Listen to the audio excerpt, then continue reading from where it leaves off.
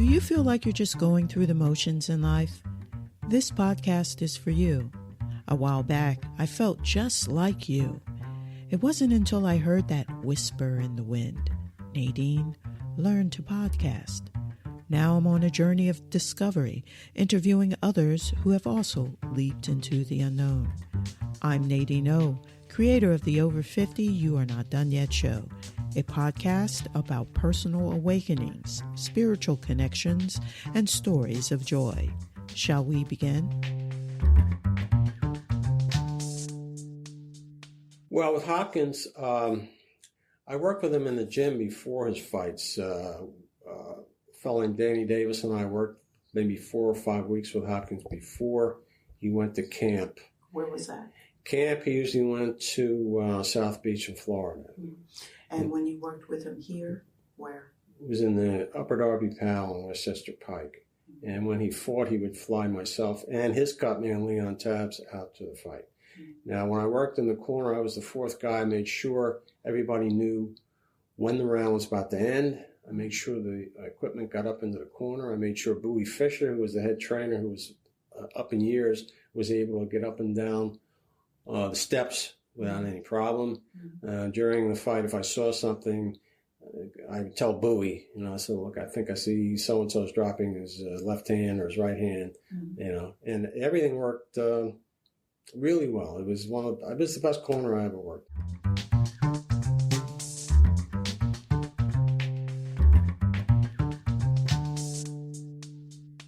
Today's guest is former public relations, marketing, and advertising employee for Southeastern Pennsylvania Transportation Authority, otherwise known as Septa, but it is his parallel career in boxing as a trainer and cornerman that piqued my curiosity. His name is Frank Friel from Drexel Hill, Pennsylvania, and he joins us today in this episode affectionately titled, Keep Your Chin Down and Your Hands Up, on the Over 50 You Are Not Done Yet show. Shall we begin?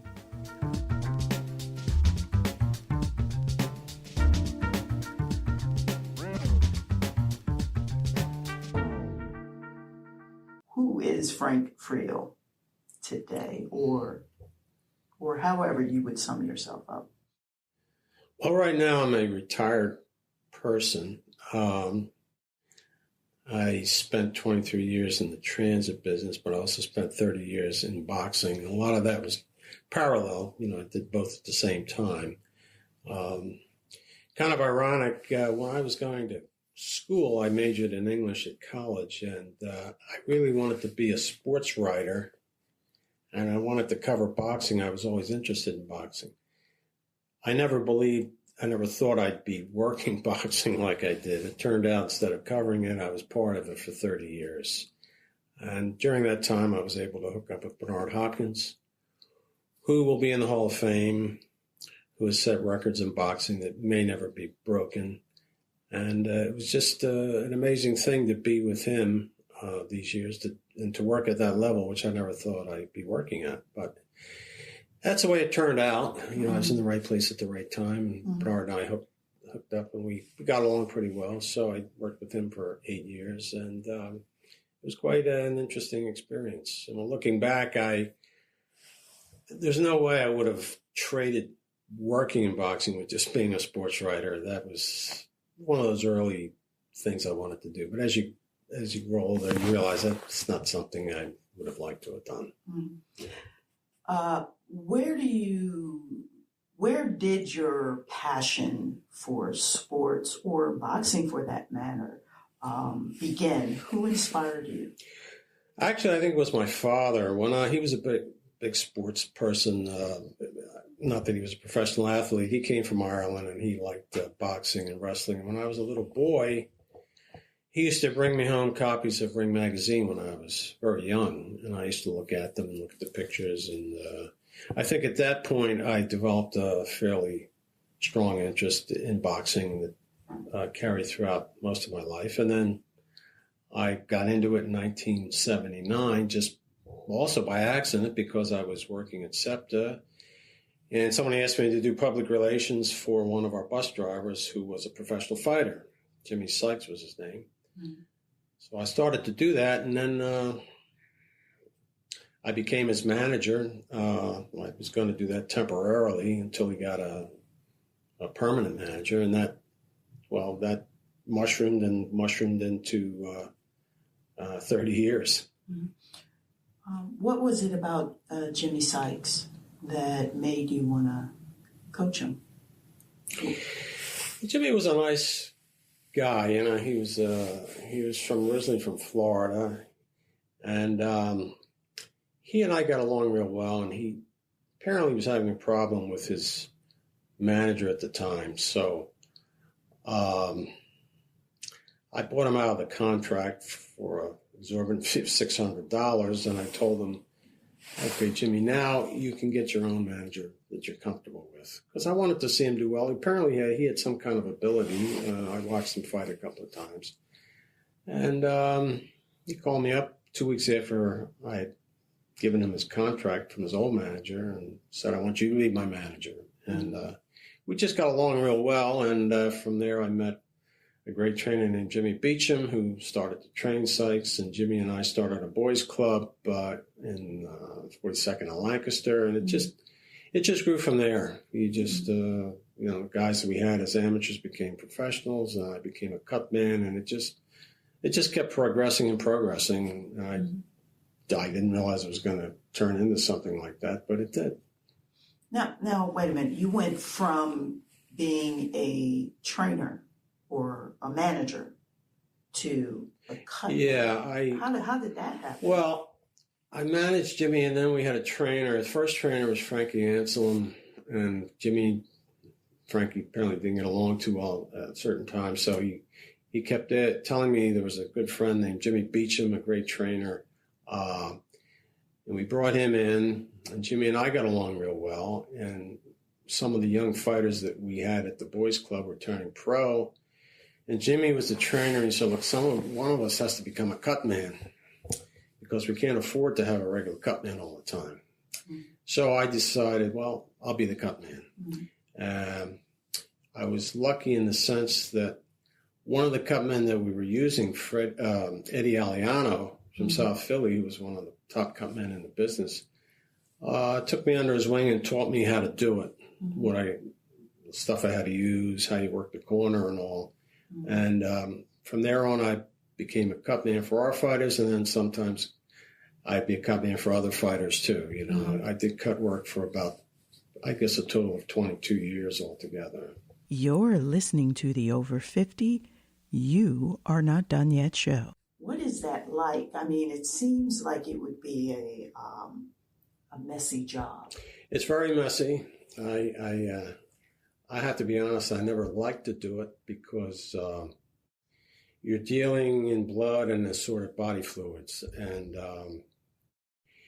it's one of those things where you're expected to stop each and every cut. And you could stop 10, 11 cuts in a row, and then you can't stop the next cut. And all of a sudden, this guy's not so good anymore. He can't stop anything. Luckily, I never had a fight or lose a fight because of a cut in 22 years.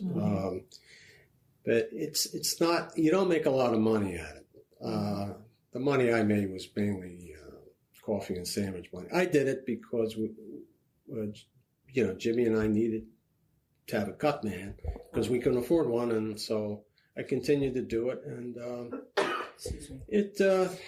I guess I was fairly good at it, but I never really enjoyed it because it was messy and you're dealing in blood, and you have to be careful.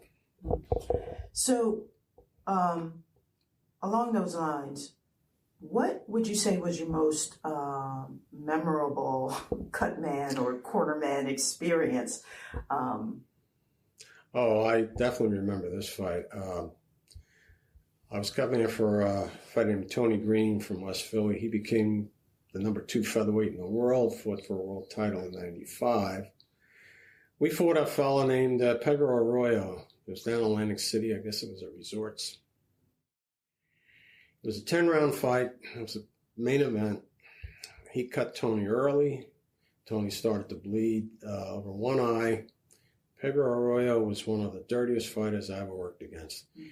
He committed every foul in the book. I mean, he would be warned for holding, he'd hit low. He'd be warned for hitting low, then he'd use his head. He opened a second cut over Tony's other eye. And so I had 2 cuts going, and then he cut Tony on the lip. So there's 3 cuts going. I was able to keep them all under control, but the referee wasn't really helping us out. We were telling him, you got to rein this guy in. He's out of control here. I remember the referee told me, well, I'm keeping an eye on it. I said, well, that makes me feel a lot better, yeah. And we're going into the 8th round now. Tony is winning, but he's all chopped up. The white corner jacket I had was covered in pink splotches because of all blood. And I was worried I was going to run out of coagulant because I was using it in all these 3 cuts. And finally, in the, I guess it was the 8th or 9th round, Tony slipped on a moist spot in the ring. He was kneeling in an upright position, and Arroyo kneed him in the head. And we just erupted in the corner, like, what is this? Finally, the referee turned to Arroyo and said, I'm taking a point. And Arroyo, I got to hand it to Arroyo, talk about chutzpah. When the referee said, I'm taking a point, he looked around and said, what? What'd I do? After committing umpteen fouls. So the fight ended, Tony won, but it was really it was a messy fight. And the 3 cuts at one time, it kept me busy, and luckily we were able to keep them under control. But that was the one I'll never forget, that one. You know, there were other bad ones too, but that one was the most, was the bloodiest, and took up a lot of coagulant and a lot of concentration to get those things under control. Gotcha. So for a cut man in the corner, what would you say are the main elements you have to have? Or you will always, I don't know, you just always have? You have to be low key. You have to be calm under pressure. Okay, that's the first thing, because you only have approximately 45 seconds to do your work if the guy gets injured. There is a 1-minute rest between rounds. However, at the 50-second mark, they tell you to clear the corner.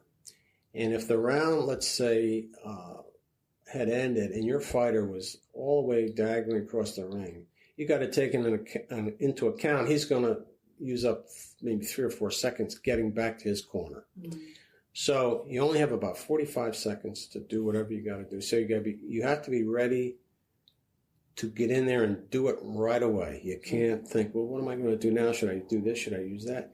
You just have to be ready, and you have to keep aware of the timing in the round. You have to know when the round is coming to an end. You can't get involved watching the fight, watching what the guy's doing right or wrong, because if you do, you're going to lose track of the you're going to lose track of time. Eddie Aliana told me that. He said, don't worry about what's going on as far as technique. You just worry about time and get ready to go once that round ends. And that's the number one thing. You got to be calm under pressure. You just have to have your stuff ready, and you just have to go in and just start working. Okay. That's the number one thing a cut man has to have. And he has to have good stuff too. He has to have the coagulants, proper coagulants, and the sponges and all. You can't just go in with a towel and some Vaseline and hope to stop a really bad cut. Like what you hear? Subscribe, like, and share this with your friends and family. Do you find that movies get it wrong sometimes when it comes to the role of a cut man or a corner man? Well, I think when a movie portrays any business, it's always a little bit over the top. It's never exactly the way it is. Whether it's a cut man or a police officer or a lawyer or whatever, they always have to sensationalize it a little bit in order for people to come and watch it. I've watched some movies. I don't go to a lot of boxing movies, but, sometimes you have like the stereotypical, what they think a cutman is with the swab sticking in his ear or he's chewing it like a toothpick in his mouth and all of that. And the other thing is that cutmen do not or should not say anything to the fighter. Only one voice in the corner, the trainer. You don't have 2 or 3 guys talking to the fighter. One voice, That's the trainer. Why is that? The fighter only has, say, 45, 46 seconds or 50 seconds to absorb what's being told to him. Mm-hmm. You know, and he's always he's in a state of agitation if the fight is really tough. Mm-hmm. So he can only listen to one piece of advice from one guy. You can't have three guys telling him different things. Mm-hmm. If I said anything in the corner, it would be just to repeat what the trainer had said so that the fighter can absorb it and put it into play the next round. You know, you have to be. Everybody in the corner has a specific job to do, and that's what you do. You don't try to do somebody else's job. Mm-hmm. When we worked with Hopkins, we had 4 guys in the corner because there were always 4 title fights. All 4 guys had specific jobs to do, and that corner worked, I'd say, as well as any corner in boxing, and we had a total of at least 120 years experience in that corner. Mm-hmm. And everybody just did what they were supposed to do. Everything worked just like clockwork. I've seen other corners where you got 2, 3 guys telling the fighter different things, and it's kind of chaotic. The fighter is confused, and you got to stay calm, and you got to be relaxed and just get the message across to the fighter so he realizes, okay, I got to do this one thing that they're telling me to do. Mm-hmm. Now, what role did you play with Hopkins, Bernard Hopkins? Well, with Hopkins, I worked with him in the gym before his fights. A fellow named Danny Davis and I worked maybe 4 or 5 weeks with Hopkins before he went to camp. Where was that? Camp, he usually went to South Beach in Florida. Mm-hmm. And when you worked with him here, where? It was in the Upper Darby Pal on Westchester Pike. Mm-hmm. And when he fought, he would fly myself and his cut man, Leon Tabbs, out to the fight. Mm-hmm. Now, when I worked in the corner, I was the 4th guy. I made sure everybody knew when the round was about to end. I made sure the equipment got up into the corner. I made sure Bowie Fisher, who was the head trainer, who was up in years, was able to get up and down the steps without any problem. During the fight, if I saw something, I would tell Bowie, I said, look, I think I see so-and-so's dropping his left hand or his right hand, and everything worked really well. It was the best corner I ever worked. There was no question about it. Mm-hmm. And also, when we fought in Las Vegas, our motto was act like you've been here before. We didn't get overly excited. We didn't jump up and down. We expected to win. If we did, fine. If we didn't, we didn't. Mm-hmm. Everything was under control. And like I say, it was at least 120 years of experience in the corner. And it was an incredible experience, I must say.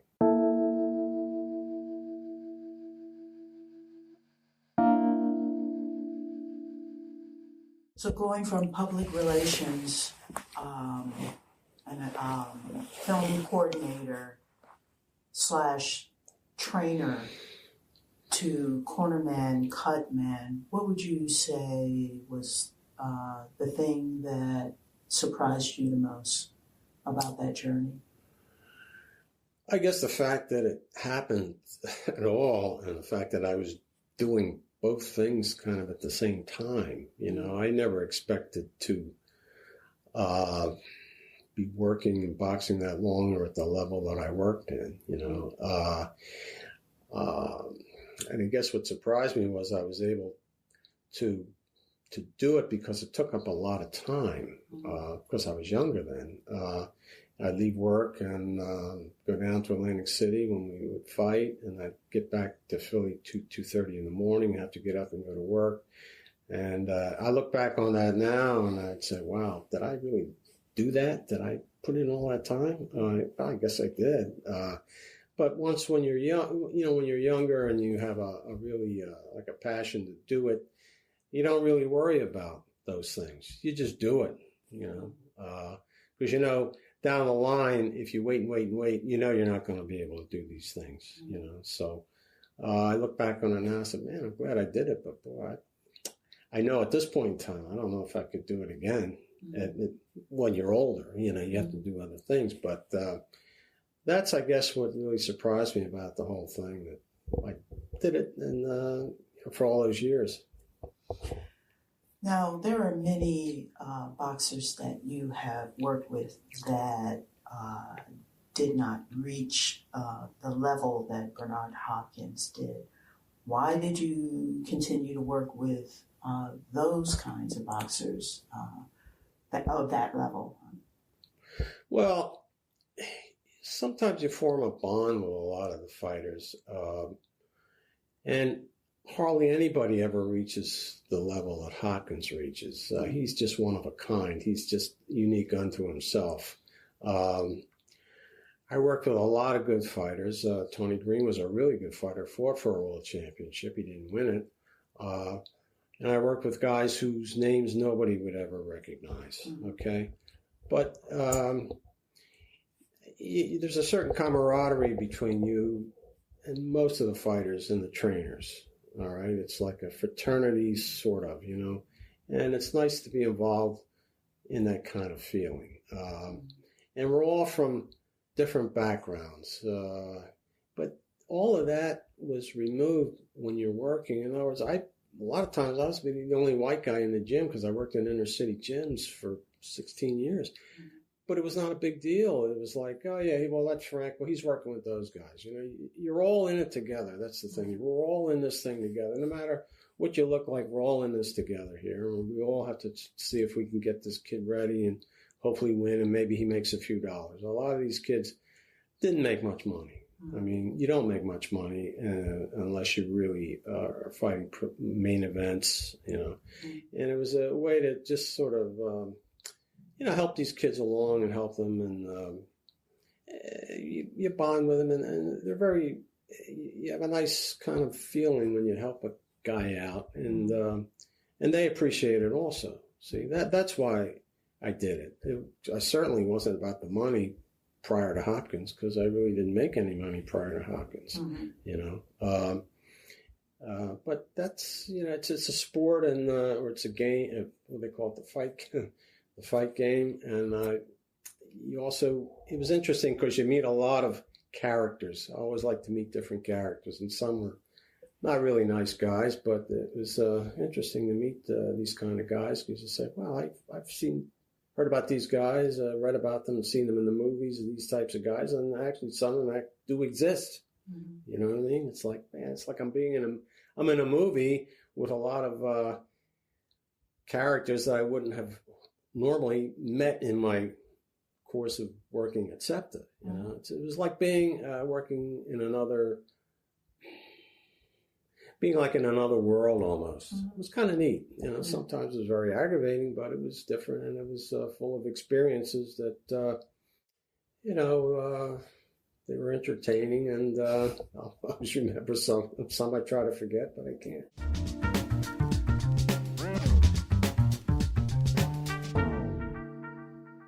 I think you mentioned before about meeting Jean-Claude Van Damme. Jean-Claude Van Damme, that was the last film I worked on. It was called Maximum.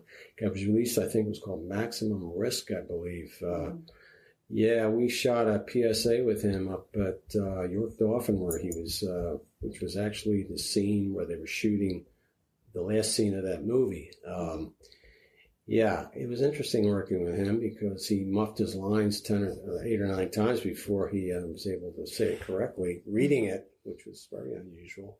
But I also did work on one of the Rocky movies. It was Rocky 3 or 4. We did cool. We did some electrical work on Yale for that particular movie. Yeah, working with actors and all was kind of interesting. Not that we really got that much involved with it, but we were able to see all the activity that went on at these at the set, which was actually the L station at York Dauphin. You know, so that was an interesting thing, and I liked it. Working with film people sometimes was also could be a little aggravating, because they felt that we existed to provide sets for them when our main purpose was public transit. You know, that was what we were there for, not to provide them with sets. But we did whatever we could, and we worked on a lot of movies. I mean, Philadelphia had a big movie industry. It still does it. Sure, yes. You know, yeah, it was... I tell people I met Jean-Claude Van Damme, and they say, wow, what was he like? I said, well, he was a little on the short. He was kind of short, but he was very friendly. But not. I don't know whether he could read English that well or what. It was just. It was an amazing situation. More coming up. Could you describe the difference between like trainer / cornerman / cutman? A trainer is a guy who will work on technique with the fighter. A trainer sometimes is also a cutman, but usually they will employ a cutman during a fight because the trainer wants to concentrate strictly on what the fighter's doing in the ring. Mm-hmm. And he wants to be able to tell him what he's doing right, what he's doing wrong. Mm-hmm. The cutman should just be concentrating on the fighter's face, not what he's doing right or wrong, to make sure that if something is starting to look kind of hinky, he gets ready to work on it, and he also has to be cognizant of the time of the round. Mm-hmm. The manager is basically the business guy who makes the fight, engages the fights for the fighter. Now, sometimes the trainer and manager are one and the same guy. Mm-hmm. Usually not, though. So there's usually three separate entities in the corner, and each person supposedly just does what he's supposed to do. That way, everything works out well. When you have guys who want to do everybody else's job, then you run into a little bit of a problem. Gotcha. Yeah. Mm-hmm. Yeah, I just wanted to be clear about that, how it's all broken down, so I don't mess that up. The sport of boxing, I've noticed that a lot of boxers are pushing the envelope in terms of how long they stay in the business. Where the boxers are getting older and older, or they're holding onto the gloves, or getting into the ring way beyond what maybe some people might say is too long. Not to point the finger, but have you noticed a difference, or are we just more aware of the effects of boxing and players? If you take Bernard Hopkins, for example, actually he's probably a bad example because he's just a unique person. He's the oldest guy ever to win a legitimate world title. I think he was almost 52 years old. Mm-hmm. The reason some guys last longer is because they avoid taking physical beatings in the ring, and they can last longer than a guy who is just walk-in fighter who takes a lot of punches to land one punch. Mm-hmm. The more beatings you take in there, the shorter your career is going to be. Mm-hmm. And the shorter your career is, the less money probably you will make. Mm-hmm. But guys who take care of themselves can last longer. I wouldn't recommend anybody, though, boxing professionally after the age of probably 33 or 34, because you got to take into consideration the amount of sparring that goes into preparing for a fight. Mm-hmm. That could be, you could spar 90 rounds, 80 rounds before a big fight, and you are absorbing some punishment during sparring. Now you're wearing headgear and the gloves are heavier, bigger, more padded, so the impact is reduced, but it's not eliminated. Mm-hmm. You want to try to make whatever money you can make and get out relatively healthy. The problem is nobody knows down the line how your brain has reacted to the activity you subjected it to. Professional football players now, they come to realize that it's just not concussions, it's that constant banging that they go through. Mm-hmm. And the brain, the reason it's encased in a thick skull is to protect it from trauma. And if you subject it to trauma over and over and over, I think you can see there's going to be some problems down the line. Mm-hmm. And some of these things do not turn up under normal like, for example, EEGs. Cats can't determine that CTE, which affects the brain. The only way you can find that out is with an autopsy. Mm-hmm. So you have to use common sense and say, look, I'm trying to do this as quickly as possible, get as much money as I can while I'm young, and then that's it, I'm gone. Mm-hmm. Because once you have damage to your brain, you can't reverse it. And the only thing you can hope is it doesn't get worse. But you're rolling the dice in martial arts, whether it's boxing, whether it's hockey, whether it's football, any kind of contact sport. Mm-hmm. You're subject to trauma, and it's rolling the dice. And you know that going in, and if you're willing to gamble, well, that's on you. Mm-hmm. Sometimes you might get through it without any problem.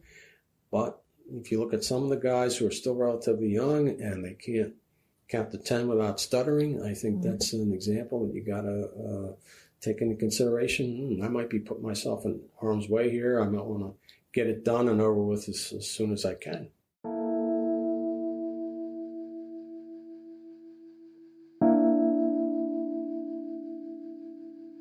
I think about one boxer who got out of it fairly early, Oscar de la Hoya. Oh, yeah. Oscar made a lot of money.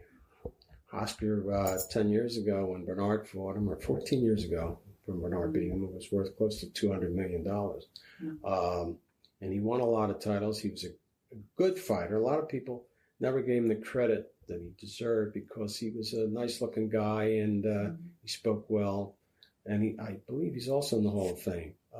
But he was able to get into other businesses. He invested his money and brought in business managers to steer him in the right direction, and he built an empire out in California. Mm-hmm. And as far as I know, he's still in pretty good health. Mm-hmm. He put on some weight, but he's in good health. And down the line, will he be like that?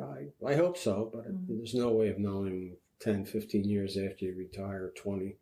When the aging process kicks in, sometimes these things in your brain are like termites. They come out, right. So Bernard is doing fairly well as well. Yeah, Bernard is doing real well. He does commentating for HBO, and he's very sharp business-wise. He has a lot of money now, and he knows where every dollar is. He runs everything like a business. He's the only fighter I ever worked with. At the end of the year, I got a W-2 form. Wow. The only person that ever sent me one of those. He is a lawyer, an accountant. Everything was done professionally. Everything was buttoned up. And when we went to Las Vegas, it wasn't, a lot of people think, oh, it's champagne and strippers out there. No, it's all business. You go out, you do the job, and you leave. That's the way he operated.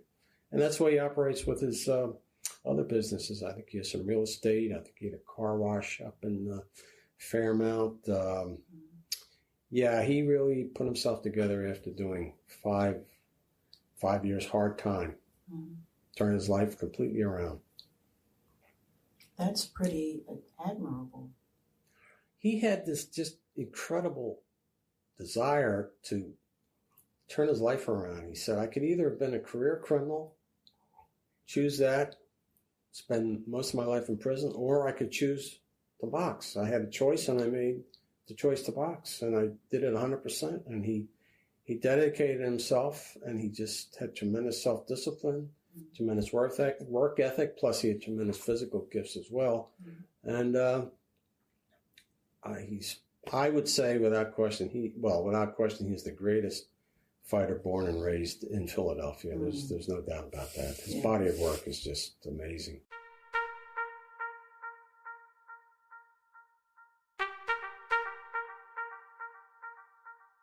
I spent all my life in the city, even though I live out here in Upper Darby. I don't consider myself suburbanite by any stretch of the imagination. Were you born here? No, I was born in Southwest Philly. I lived there for 30 years. And came out. Your family is from Ireland? They're from Ireland. My mother was from Northern Ireland. My father was from Donegal, which is in the Republic of Ireland. Yeah. Yeah, my aunts and uncles were all Irish. I grew up in an immigrant family, and as a lot of people did in Southwest Philly at the time. But I like it out here. It's quiet, but I still go in to Philly because that's my thing. That's where I was spent most of my life, you know.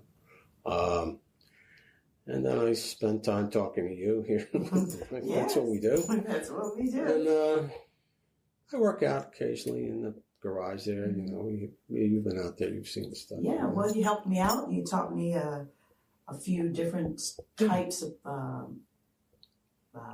boxing hits, I guess you would call them. Yeah.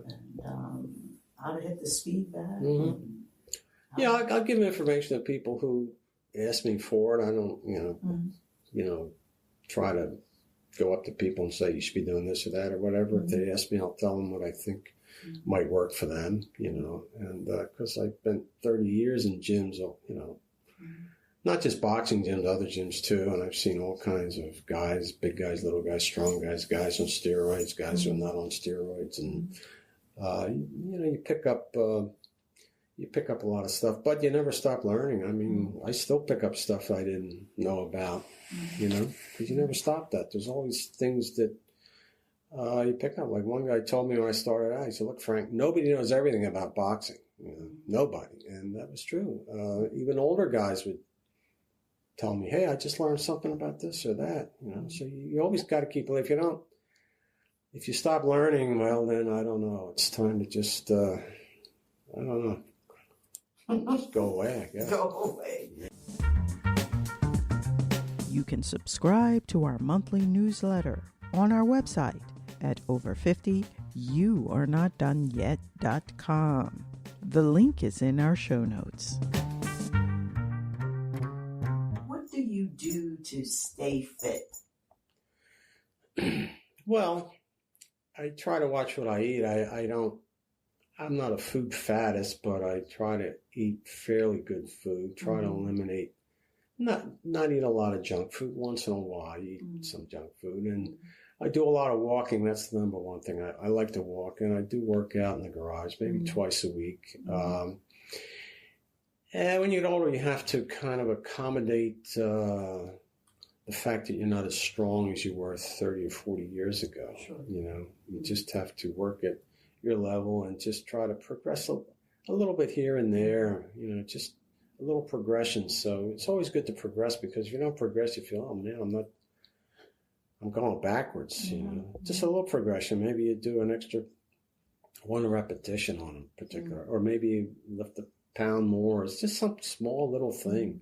You say, yeah, see, I'm a little better than I was last week, you know, and try not to let your ego run away with itself, because with guys in gyms, that's usually what happens. The ego takes over, and it can lead to injuries, and you can wind up looking really, you can really look foolish. And also, as we get older, we think we can do everything the same as we did before. Like several people that I've known, their parents have fallen with issues of unstable balance. And I think we take that for granted.